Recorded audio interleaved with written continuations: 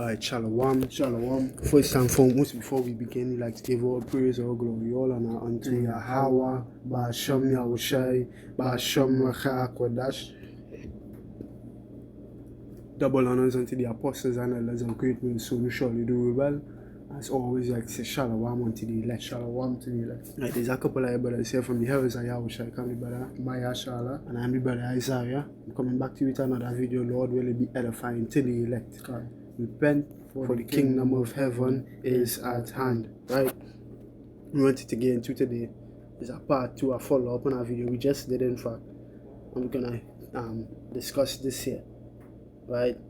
So this is in totality. This is part of a series, right? We did concerning the eviction notice, right?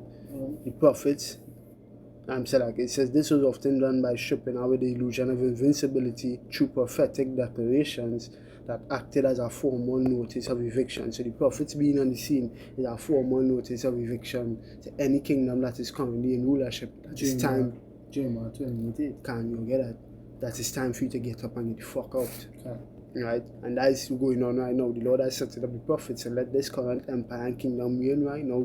Let them know that it's time for you all to get up and get the fuck out. Okay. Right? But we're gonna highlight in this part here, in this video, that the person who be telling you have to get up and get out doesn't want to. Right. So much so that he finds himself fighting against his maker. Okay. Literally, he's going to find himself fighting against his maker. Right? So we had 2 precepts to start, or we're going to start with them 3 precepts: Jeremiah 4 and 7, the second Ezra, and then Jeremiah 28 and 8. Yeah. Just to back the fact that the prophets is you out here letting you know what's going on, right? And who gonna evict you? Jeremiah 4 and 7. The lion has come up from his thicket, and as we went into the part 2, right? Who is going to evict you, right? And the destroyer of the Gentiles is on his way. He is gone forth from his place to make thy land desolate, and thy city shall be laid waste without an inhabitant. For this gird you with sackcloth, lament and howl, for the fierce anger of Yahweh Ba'ashem Yahushai is not turned back from us. Right? So you understand it that, and when you read Revelation, the 5th chapter as well, it highlights that lion. Behold, Revelation 5 and 5, weep not, behold, or I think it's Revelation 5 and 9, weep not, behold, the lion and the tribe of Judah are prepared to open the seas. Right? So that lion there also references the lamb in that very same chapter is who? Yahushai. Okay. Right? So you go now. Next one you add up. The second Ezra 6 and from verse 7. Which have it here. NEB. NEB translation. Tell me, I went on, about the interval that divides the ages, right? So the age of Esau and the age of Jacob. When will the first age end and the next age begin? He said, the interval will be no bigger than that between Abraham and Abraham, which is Abraham and Isaac. Right. Because if you understand the interval, right, that is eviction. Yeah. So Esau is going to be evicted, and when they evict somebody, they open up space and room for what? Somebody else to come in. And it's always through a period of time. Usually you have an eviction notice and you have some days to get your shit out. Yeah, some days to get. Exactly. He had some more time now. Right? Yeah. You overstay, you welcome. Scripture on borrowed time. Yeah, that's what I always time. like to say it, on borrowed time. I try to remember the precept that you used to bring that out.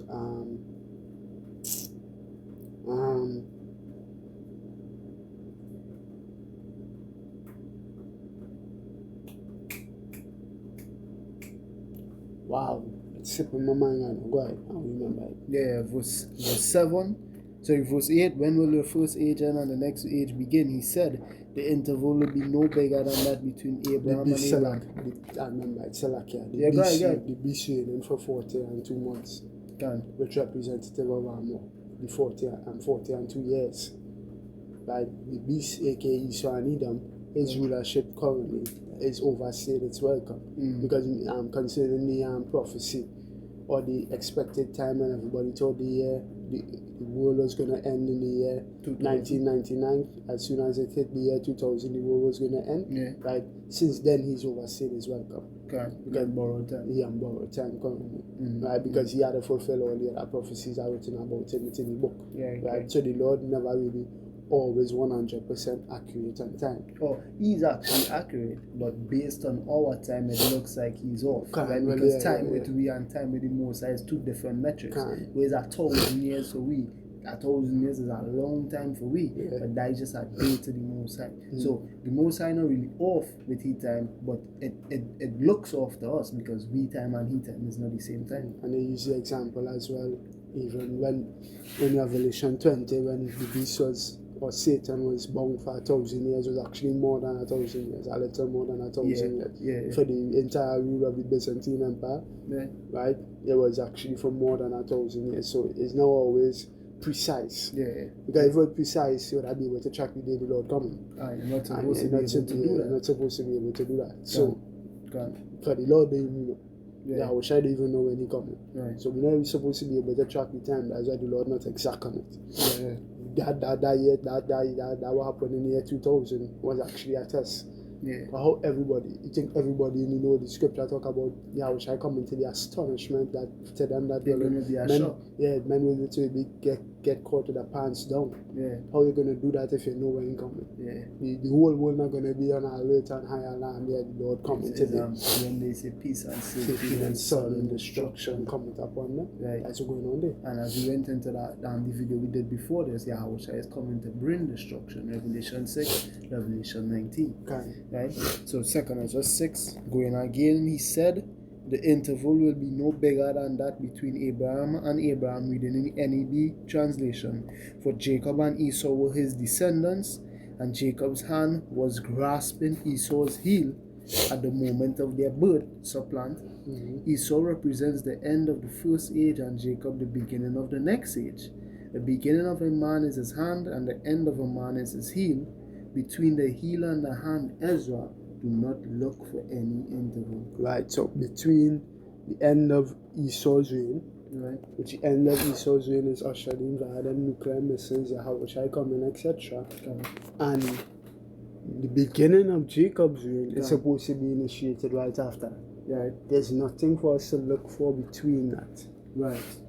There's no Moab rising up, or the Chinese man. There's not the Elamite man or the East Indian man today rising up to come and rule no earth afterwards. So that is not prophetic. Because if everything else, every other rulership in the earth has gone according to prophecy,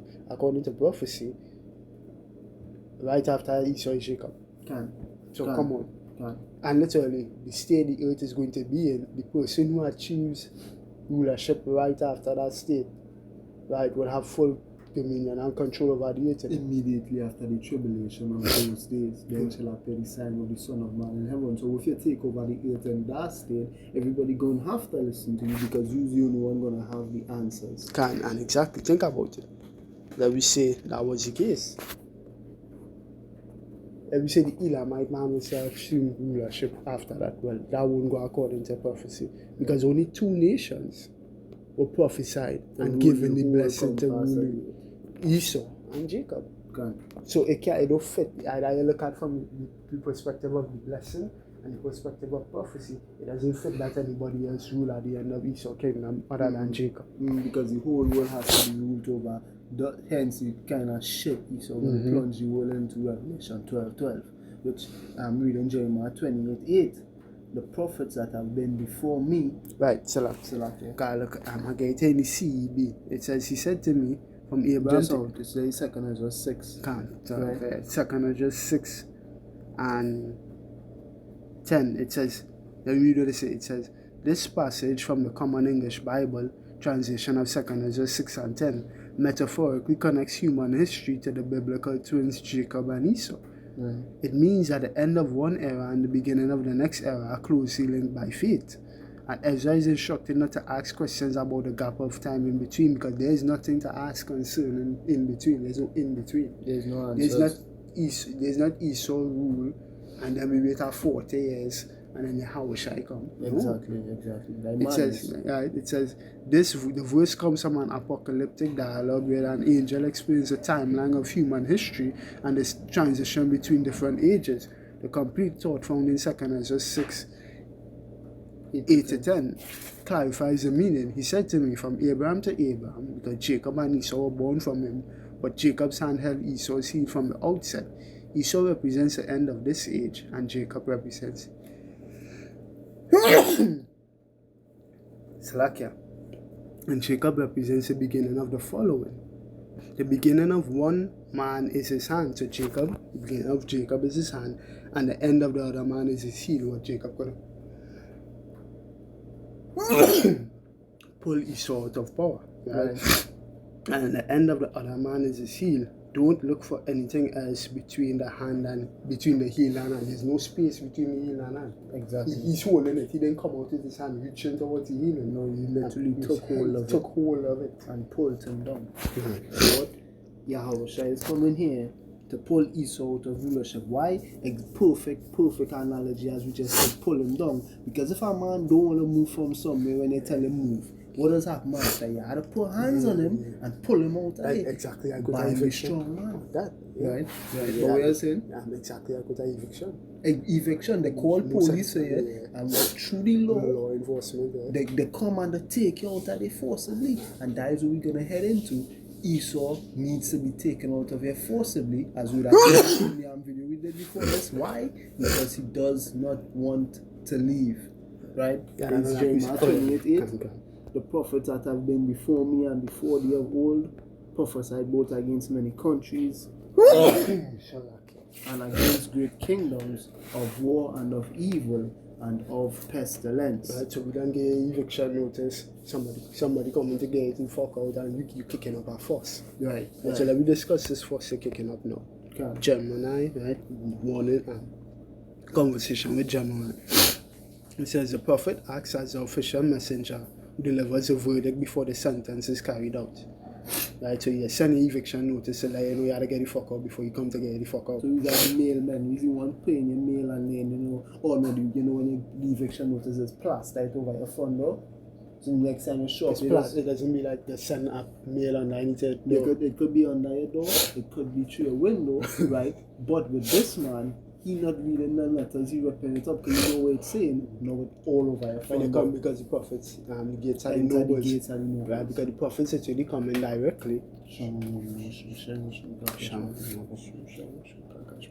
The prophets come in directly and he banging on there, get out of here. Why? And he banging on there and it's doing like any man. Exactly. So now we had to send the notice. Exactly, because what? Again, how Esau is going to be taken out of here is what? It's through evil means. Amos 3:6, Amos 3:7. Shall there be evil in the city and Yahweh not done it? Right?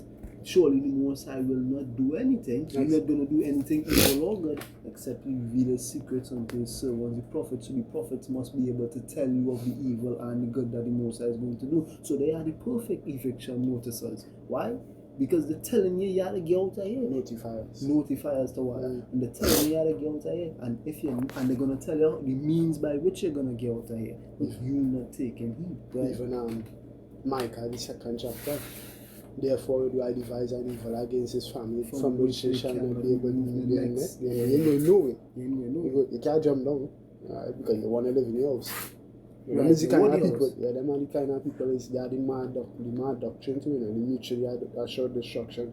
Them go stay in the house and take everybody pins down with and grenades, explosive, pull pins. As soon as you know you come into evict him, like all the grenade and kill everybody.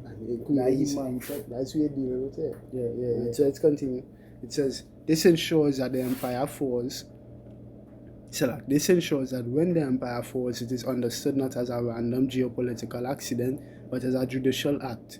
The terror is a sudden awareness that the high standards of the past have been traded for decadence, and the measure in need of judgment has finally been applied. In short, the rulers are shown the end, not just to scare them, but to testify that their power was always on loan. When the short time is up, the shaking of the hand, Isaiah 13:2 signals that the gates of the elite are no longer sovereign. So then, I would go on to question Gemini. Would it be fair to say, using Revelation 12:12, Psalms 49:11, and Psalms 2 from 1 to 4, that the current rulers of this earth don't want to give up power? So let's get in 3 precepts here. Revelation 12, verse 12. Look at Psalms. I feel like it start a little higher up in the Psalms, or it could go a little lower. It could start from like 9, 10, so. Let me see.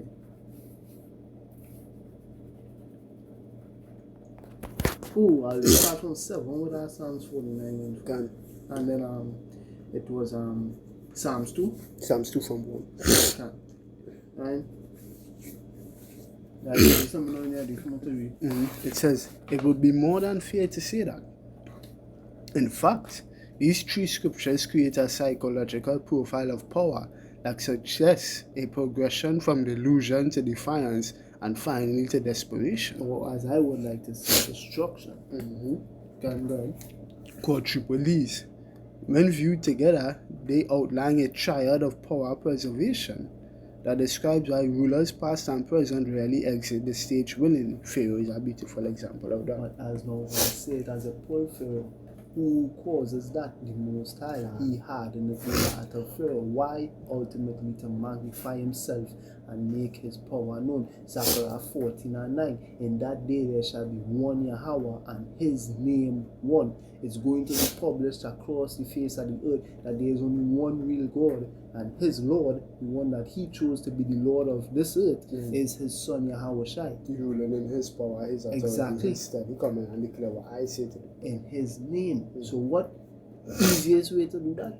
Make everybody in the world feel they're on top of the world. So when they be brought down, it is such a shock as they bring the astonishment point. I can't remember if it's this video, if it's the last one, that what they have no choice but to accept the Most High as the one true God through the magnificent acts that he has done. And as the saying goes, if they won't get down, they will be laid down. Go ahead. Right, so we're good on your reading. Yeah, I'm glad. It says, the delusion of permanence, Psalms 49 from 11. We could go ahead there. Yeah, we look at Psalms 49, but we reading here from verse 7. None of them can by any means redeem. Get in my answer.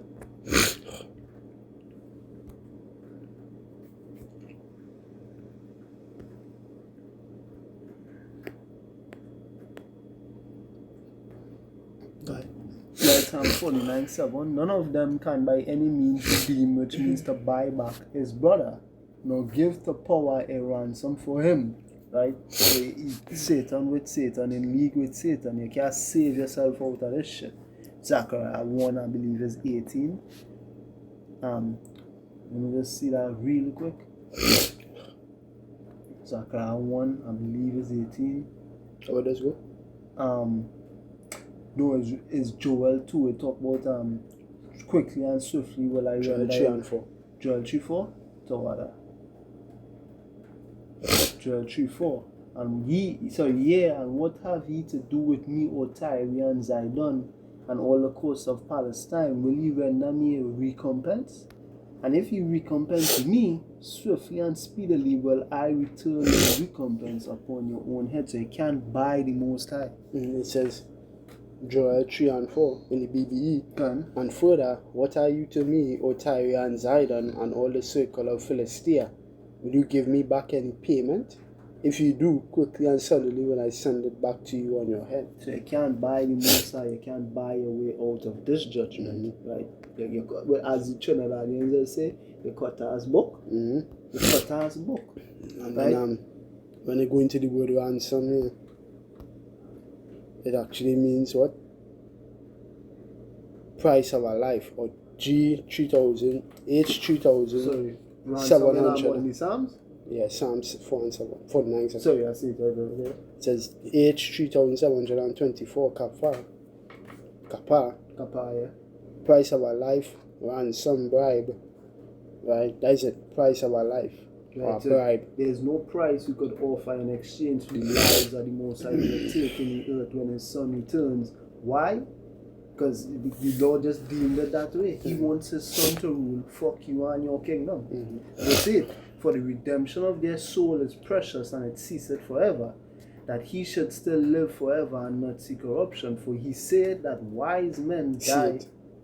For he seeth that wise men die. Likewise the fool and the brutish person perish and leave their wealth to others. Their inward thought is that their houses shall continue forever, and their dwelling places to all generations. So forever. It's going to rule it forever. They'll ride off into the fucking sunset. And It's a then- happily ever after. Yeah, and after the fuck up the earth, to a point, it just can't fix it no more. Pull out Rick and Morty in a garbage spaceship and go just to our next fucking planet. galaxy and Our just- next timeline. Oh yeah, go Elon Musk and go to Mars. Why these people so concerned with getting off of the earth? That's Why? a perfect question I would Why? like to ask myself. What's so wrong with this place? Yeah, well, I'm done. The earth, according to the Bible, the earth is a paradise. Oh, wait, but also the earth fucked up. But who doing that? Or the same ones who trying to run away? Also, then that mean you had to die for fucking up the earth then. But you're trying to run away from your judgment, which is what? The eviction notice. They see they've been served, you've been served, but what? Now you're trying to get out. But you can't get out. Because have video another one to the series, the conditions of eviction. We're fucking up the earth. You're a thief, you're a reasons why you've been evicted. Yeah. And we done went on trial already and find out. We done testify. Yeah. He's an asshole. Yeah, right. But other than this on their places to all generations, they call their lands after their own names, which was the speaking of the biblical Edomites or the so-called YT man today. Right? So you could go back to the Gemini. Gun. Right, it says the delusion of permanence, Psalms 49:11. The emerald thought is that their houses shall continue forever, their dwelling places to all generations. They call their lands after their own names. This verse identifies the root cause of the refusal to give up power, the inward thought, generational ego. Rulers don't just want to govern for a term, they want to build houses, dynasties, institutions, or world orders. Oh, think about the trumpet running in America. I know he said what? He said it's not gonna have a next election. Why? Because he really don't want a next election. He want to be in the position he in right now Forever. as a puppet ruler he's been set up to be. Well, because right now he find that position very comfortable. He could kill as much people as he want, bomb as much people as he want, and cause as much destruction as he want, and just what? Blame it on his own morality. And being in the position he is in, the world has set it up that what he can commit as many war crimes as he wants, and he will not be punished because of his position that he holds. And that was a recent law that was passed. That we was watching Not it from. so like not in trouble as what I meant. We was watching it the other day. But he's watching it there, and he literally brought out the law that was passed, right? That he was asking the question, which them don't have the understanding, right? We had the understanding here. Is this why I'm just gonna do all of this shit and just ride off into the sunset because they have a law stating that they can't convict him for any war crimes or any malicious action that he may have committed while he was in term as president. So that is Eden White laws. The fact that a man could be in a position of a king and think to himself that because he's the king he could fuck the earth up or fuck up the kingdom he in, and then nothing happens then. When has the Lord ever allowed any Israelite ruler to do that? From Solomon to David to every other Israelite king, all suffered judgment. Saul, every last one of them. So you think about them alone? The Babylonians, And everything the Medes and the Persians. Every king was judged. Who's them? Who are you to How say you that? exempt? And that's what I like to say to you. 7:25. He shall change times and laws that shall be given into his hand. So under their rule, with their pseudo godhood that they present to the earth, now is what? Now it have no judgment for these people. That is fucking madness. But that's what was going with them too. That's what was going with them too. They fucking just sit and say to justify all the heinous crimes. Well, look, every other empire did it before. I was watching a video today from and he was going into it, and it was a British dude, right, explaining how, well, it's not fair to condemn the British Empire for any of the heinous crimes because all of the empires committed heinous crimes. Well, if it's like it is fair, just condemn all of them. No, but that was said all of them face scrutiny and condemnation. Why are you exempt? Well, let me use that example, right? So if we are not to judge you as harshly because we didn't judge them as harshly, well, look at what happened to them. When they fucked up, they faced grievous judgment. Where's your grievous judgment? Or when you think about all the other kingdoms passed before this kingdom. Yeah. So like the Israelite kingdom was being in captivity today. The Babylonians. Ham with Egypt. Them still in shit today. When I remember judgment I will always remember that video like from my post measurable are the places where we serve captivity. Can. In David, In no way the Lord ever brought judgment upon a kingdom. That kingdom was allowed to continue on in the fuckery or rise up again or escape judgment. Why are you? Exactly. Because if we not to condemn them, why there's not a better taste left in remote concerning the Babylonian captivity we see? Because they got their just recompense. Yeah. Why is there not a better taste with the Medo-Persian captivity? Because they got their just recompense. Right. Where is your? There's a better taste in our mouth concerning you, because from your youth, from your time as king till now, you've never been recompensed. Again, the Lord said that mark upon him. Any man touch Cain, he shall take vengeance on him sevenfold. And what? I think it's Lamech. If vengeance on Cain is Lamech, right? If it's in Lamech, Tubal Cain is what? If a man touch Cain and it's sevenfold, if a man touch me 70 times sevenfold. So, but nobody could touch her. And nothing has happened to you. That's the fucking problem. That is it right there. You have not been decimated. The Babylonian Empire, since it ended, never attained to those heights ever again. Okay. Israelite, even when we came back from slavery from the Babylonians, we didn't have any kings. We didn't have as much wealth as we did before. The land shall be deserted of those kings. We even went into captivity again. And we was out of rulership. Oh, we was even captive under the Romans. Wrote John 11:48. How the Pharisees was complaining they were afraid Yahushua would have caused these Romans to bring down heavy judgment upon them, because they perceived that what if these people continue to listen to Yahushua the way they was listening to him, he would have caused an insurrection. Mm-hmm. So right now Esau in an untouchable position. He has not been touched. You can think about it. The British Empire went out. There's the most shit, the most hell empire, i.e. the might empire has ever caught in it. When the Spanish Empire ended, right, when the British Empire ended, right, they may not have been in rulership may have changed, but their lands pillaged, millions, close to billions of them killed and slain. No. So your recompense has to be swiftly placed back on your own fucking head. Mm-hmm. So you can't sit down and say, well, it's not fair. We shouldn't judge you as harshly as we judge them. We should judge you on the same merit in which we judge them. But the judgments they suffered, right? Even if we're not just looking at the Israelite nation, the judgment every other nation that suffered after being in rulership, right? You've never suffered that. Mm-hmm. You've never had to rebuild your fucking nation from scratch. Your customs was never stolen. You don't have any, but whatever you were practicing was never stolen from you. Your language wasn't taken from you. Mm-hmm. You won't rob, rape, pillage, no. It's just different people from your same class of family, the Edomites, just a different set of them went into rulership, that is all. It's like each tribe gets a chance to exactly. Yeah. Well, the same tribe, but different families. Can think about it.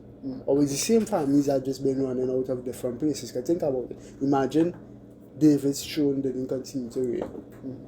And then just another Judite throne went on to reign. But Israel, he's suffering. He would have suffered at the end of the chain of David being, not established. And then a different family going up into power, like for example with Saul and David. Yeah. The transition from Saul, a Benjamite having king to a Judite having king, it wasn't nice. The Benjamite king had to die. He was in the war at the time. David was running, right? On the run. But he ended up getting power. Right. If a tribe in Judah was to take that power away from the David lineage, right, would you directly count that as the Israelite Empire falling? Not really. Because they're still in power. So what you fucking telling me? You just went from the British Empire to the American Empire today? You've never felt it. No. And you want us to treat you the same way and look at you in the same light as everybody else. You've done way more heinous crimes than everybody else as well. Okay. Anyway, let's go ahead. It says, branding the earth. Yeah. It says, by calling lands after their own names, they attempt to fuse their identity with the geography itself. It is a psychological shield against the reality of their own morality. America came from America, Vespucci, Africa, Scipios Africanus, so many others. Many other lands were called after these people's names. It says the forever mindset. The inward thought creates a blind spot. If you believe your system is designed to be eternal, Any sign of its end is viewed as not a natural cycle, but as an error that must be suppressed. Oh, but what Solomon said, that error that proceeded from the ruler. That you even in charge. Looking at it from both sides, Solomon viewed it as an error on our part in the sense he said, how did we fall? But now what? Now is your turn being in the seat of Solomon. Remember, thou art wiser than Daniel, and now thou art king over Israel. That what? Now your turn. Now is your turn to say what an error proceeded from the ruler. I sure these people know the kingdom going on. That right again. That right Trump getting on so. Yeah, they're trying to Revelation 12 going to get that. Yeah, Revelation. This should be the next one to bring up. Psalms 2 is the next one to bring up. Psalms 2 from 1. It says, the defiance of authority. Okay. You dealing with a hypocritical asshole. In Psalms 2 and 1. Why do the heathen, chief of the heathens, mean Esau and Edom? Psalms 83. Even Obadiah 1:7, the men of thy confederacy. So what? If it's your confederacy, you are the head of it. Rage and the people imagine a vain thing.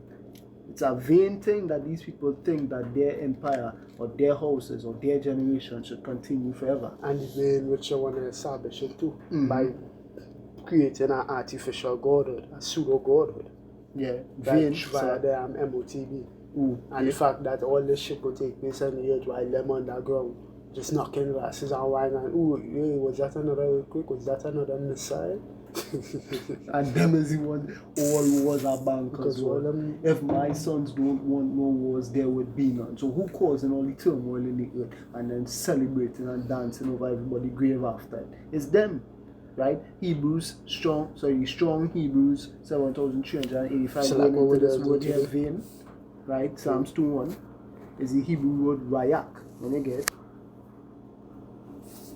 emptiness, vanity. Yeah, Solomon said all is vanity and vanities of vanities. When you read Ecclesiastes and you really tap into that book, you understand that if you're not living forever, if you're not immortal, anything you do is a waste of time, because what? It can be ended. Can't end immortality. Righteousness is immortal. Emptiness, vanity, empty, idle, vain. Right? Going to the Strong's definition. Emptiness, figuratively, a worthless thing. Adverbially, in vain, empty, to no purpose. So right. So what? The people imagine a thing that is to no purpose. It have no real end result of anything that you're thinking here. Against prophecy. Yappa. The kings of the earth set themselves, and the rulers take counsel together against Yahweh, and that is a vain thing, and against his anointed, and the elect, and the nation of Israel, saying, let us break their bands asunder and cast away their cords from us. So let us uproot ourselves from under their hands, or being dominated or by submission. Yep. Why? How could you do that? Who's ever done that? Scripture talk about that. Nay, but man, who art thou? That applies against him. Because is there anyone that has ever resisted as well? It is the king's heart is in the hand of the Lord. When you think about something being in your hand, it was under your control to do as thou wilt. Who's the one who could do as thou wilt? It's Yahweh. Right? So how could you imagine that? It doesn't make any sense. But these people are not seeing that. They're in the trick bag. He that sitteth in the heavens shall laugh. Yahweh shall have them in derision. Right, go ahead. It says, the kings of the earth set themselves, and the rulers take counsel together against the Lord, saying, let us break their bands asunder and cast away their cords from us. While Psalms 49 deals with the internal delusion, Psalms 2 deals with the external conspiracy. The vain thing, the rage mentioned here is a reaction to be told there is a higher authority. Rulers view divine laws or moral restraints as bands and cords. Exactly. As I said, when I said just the divine that you well know and the phantom God in the sky. Because when you think, as I say, when you think about these heathens, and then the chief of the heathens being Esau and Edom, the fool had said it in his heart, there is no God. And the heathens believe in our God. The gods is idols. Know the Lord, with the Most High say, yet gods are yet no God. So to me, as I like to say, believing in an idol is atheism anyway. Because what? Your God not real. So if what you believe in not real, It's then an what idol God is not a real concept to you. If you could create your own God and he cannot speak, he cannot act, and he cannot do anything.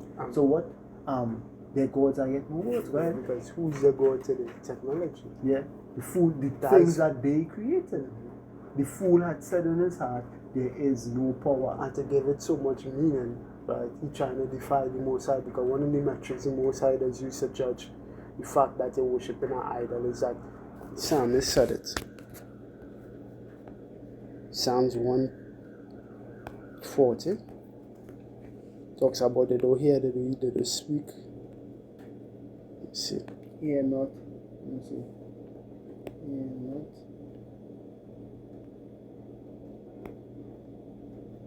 Right. Select this one.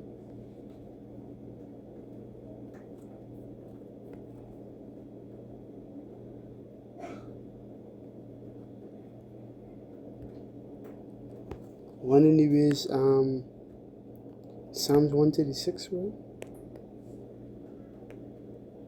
They don't hear, they don't eat.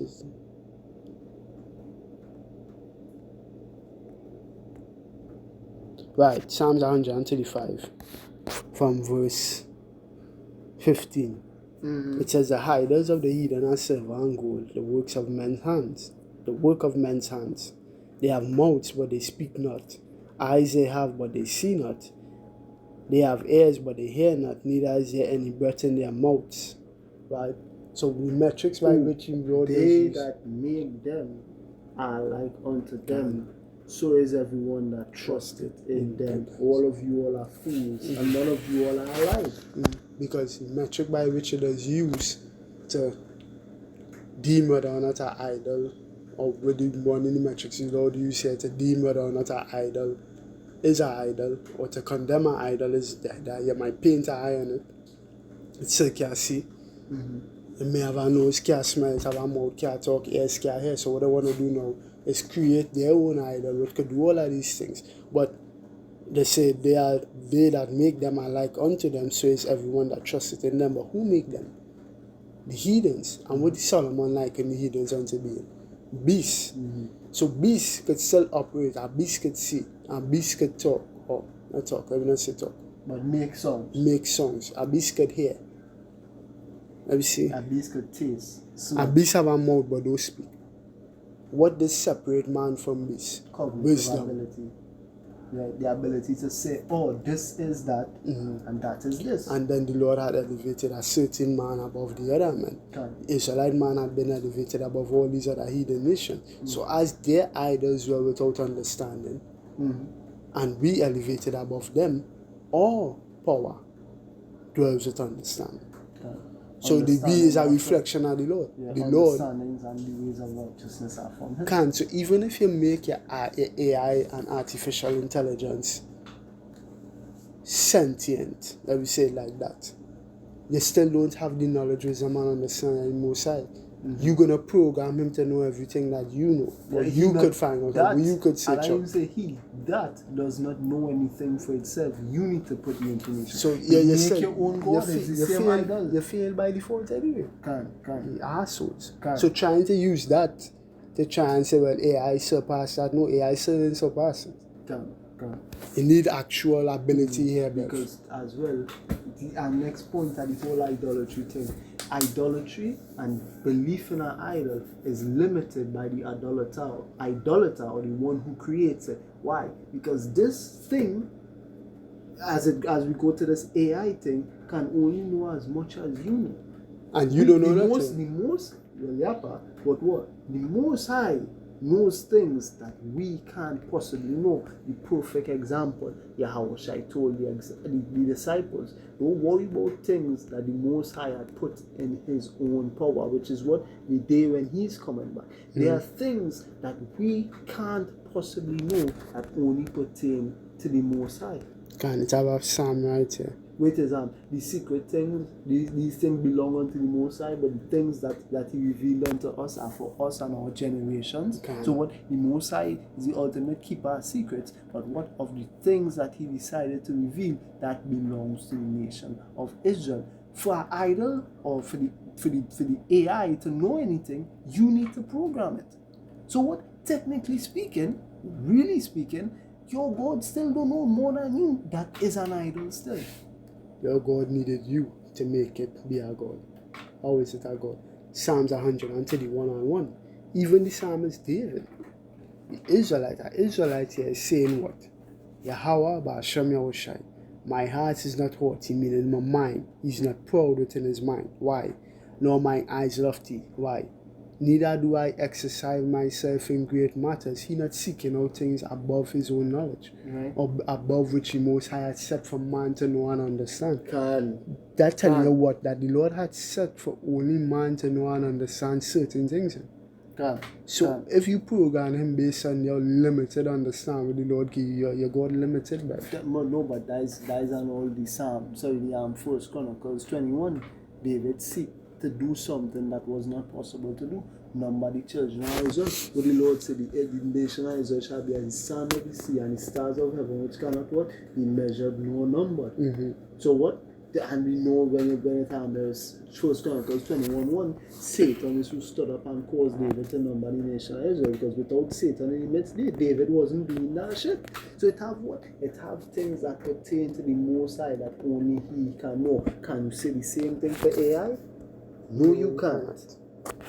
So the same depths of the sea where man still yet to tread, AI still won't be able to tread. Ask the Most High and ask Leviathan. They could be able to They would be able to tell you. Come on. Right. It says the vain thing, Salak, the collective resistance. Notice that they take counsel together. This suggests that even when empires are at odds, they often find common ground in the desire to maintain human autonomy against a divine measuring. So all the nations that they said that take exactly to what Psalms 83 chapter. They have taken crafty counsel against you and against they have taken crafty counsel together against thy people and saying, let us what? Let us cut them off from being a nation. Meaning what? Let us eradicate them. Let us put them in subjection and servitude that we may maintain ourselves within power. That's the only thing. The Edomites only agree on one thing: oppressing Israelites, because they know in order for them to have control and dominion of the earth, Israelites had to be put down, and 2, money. Everything else, they're in agreement. They will do like they're making these and push it. You see them two things, they understand the importance of those two things. Keep Israel below and make sure we have the power and the means, money is a defense, to keep them there.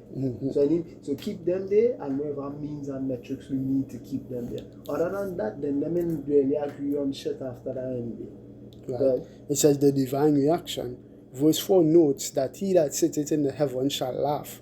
The tragedy of the rulers is that they are fighting a battle they have already lost. Yet they already play out in the heavens, declaring the end from the beginning. It's just for the manifestation of everything to reveal in the end. Fighting a battle they have already lost. Yet they continue to set themselves, digging their heels anyway. What vain thing? Verse, the third point, the desperation of the deadline, Revelation 12:12. You're right here. This is the book of Revelation chapter 12. I'm reading from verse 12 when you get. Right? Therefore rejoice ye heavens, and ye that dwell in them. Woe to the inhabitants of the earth and of the sea, for the devil is come down unto you, having great wrath, because he knoweth that he hath but a short time. So you understand here when you go into that word, this devil just basically means a deceiver, a man who works deception, right? He's coming down unto us knowing that he's coming down unto us having great wrath, knowing he had but what? A short time, meaning what? He knows his time is up. Limited. It's a limited. Right? You're gonna fight against a power. You can't fathom the amount of power you come with. And I don't believe Yahweh shall come in here with full power, of course, but is he going to use his full power? Because he had to scare the shit out of these nations beyond the shadow of a doubt. He doesn't need to, but to me he will. I believe he will. He had to scare the shit out of these men beyond the shadow of a doubt. They cannot doubt that Yahweh is God when all of this is done. But I understand where you're coming from there in terms of the fact that he really doesn't need to. He really doesn't need to. He could come and snap on everybody there. One chariot. Just one chariot. One chariot could come. Just one fleet of angels, if one killing 70,000, just Lego about 144. They kill the whole later in a day. It had one that killed 185,000 in the Assyrian army in 2 Kings in 19th chapter. Ooh, this so after. This so give me that after. I want to get our account after. I mean, like any lesson, though? Can. If they bring that for my. But I was going to bring it right now. Go ahead. We'll discuss it after as well. 2 Kings 19 and 35. It says. I didn't know that precept. And I probably read past this and literally just read past it. Yeah. It says, and it came to pass that night that the angel of the Lord Yahweh, Bashem Yoshai, went out and smote in the camp of the Assyrians, which is biblical Assyrians today, 185,000. So 100, 4 score is 80, and 5,000, 185,000, and one angel killed. And they were, when they arose early in the morning, behold, they were all dead corpses. They were all dead corpses. So he's not gonna have. If he does use all his power, everybody gonna die. So that, in my opinion, a fraction of the Lord's power is going to be needed to kill you. So it's what is that 1 hour? That amount of bloodshed are going to take place in 1 hour. Gone. Oh, if it really go for a day, then yeah. I see you coming from there. Yeah. It says, this is the final stage of the power cycle. When the inward thought of permanence is shattered and the council together fails, the result is great wrath. It says the short time paradox. Usually when someone knows their time is up, they prepare for a transition. However, the nature of worldly power, as described here, is to do the opposite.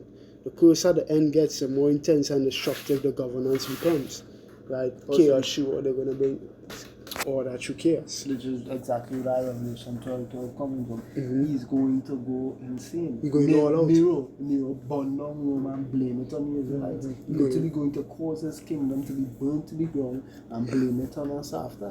He already talking perennial prophets are doomed to who's them fellas? The Christians.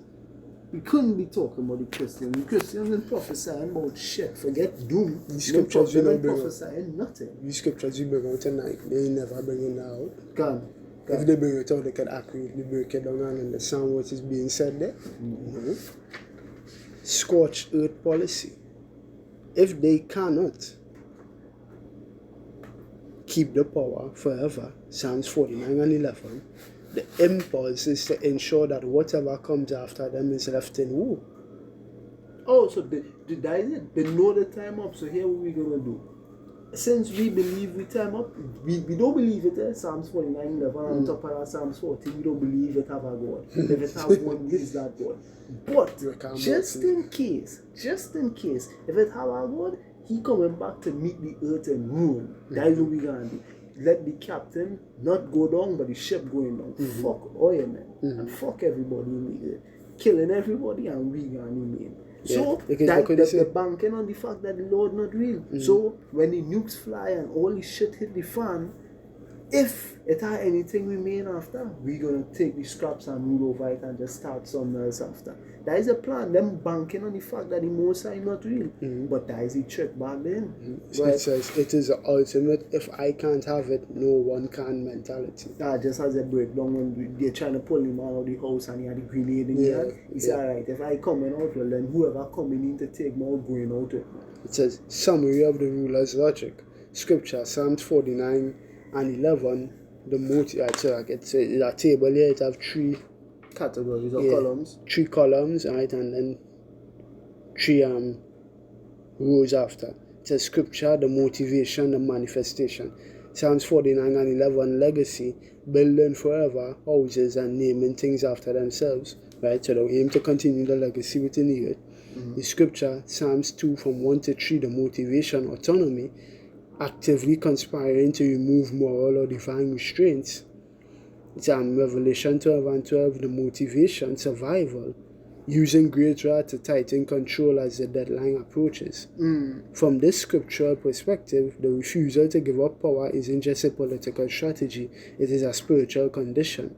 It is a refusal to accept that human kingdoms are by definition temporary, because he's a fucking man, Thy chariots are horses, select thy horses and thy chariots are flesh and not spirit.